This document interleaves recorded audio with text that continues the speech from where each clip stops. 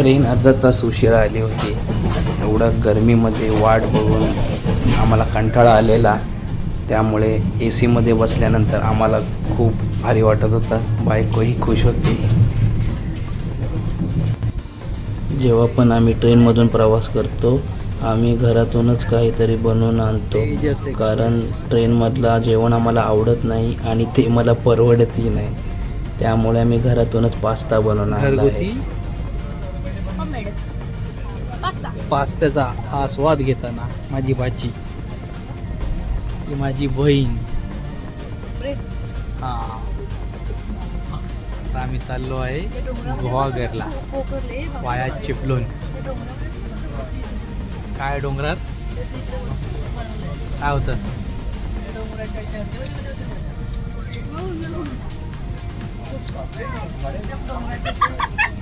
अरे काय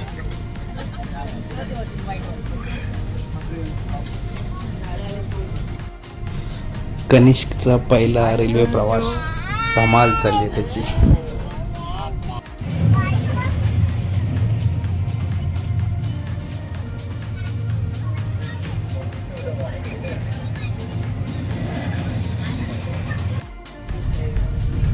ओंडत घालायचं तिचा पोट पाडला.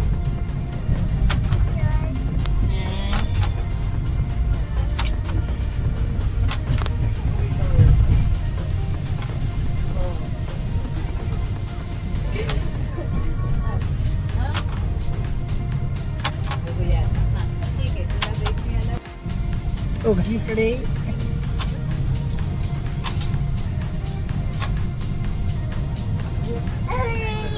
मोठ्या वहिनीसला यायचं आहे गावाला.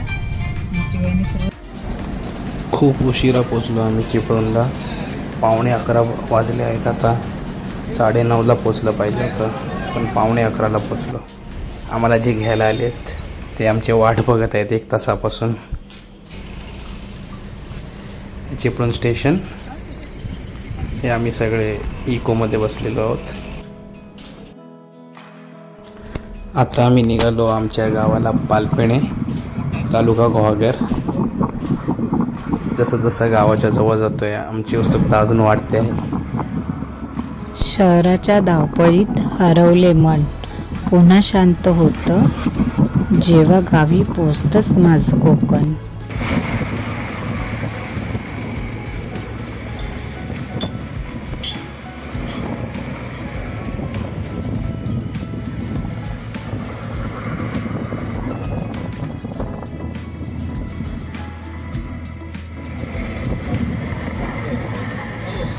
कनिष्क त्याच्या बाबाने आणलेल्या पाळण्यामध्ये झोके घेत आहे. घरी आलेल्या आपूस आंबा. प्रवास करून खूप भूक लागली होती. बायकोनी जेवण केलं. आम्ही फटाफट जेवण घेतलं.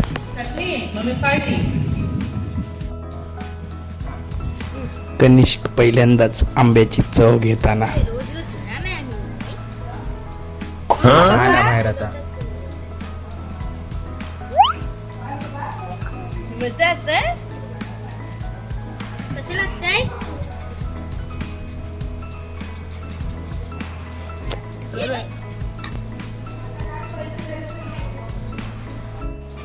कनिष्कलाही खूप गाव आवडलेलं आहे. मस्ती चालली आहे. कसा वाटला माझा छोटासा ब्लॉग?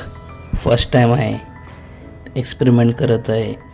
कमेंट्स करून सांगा नेक्स्ट टाईम काय काय इम्प्रूव्हमेंट करायची. भेटूया नेक्स्ट ब्लॉगमध्ये. Good night.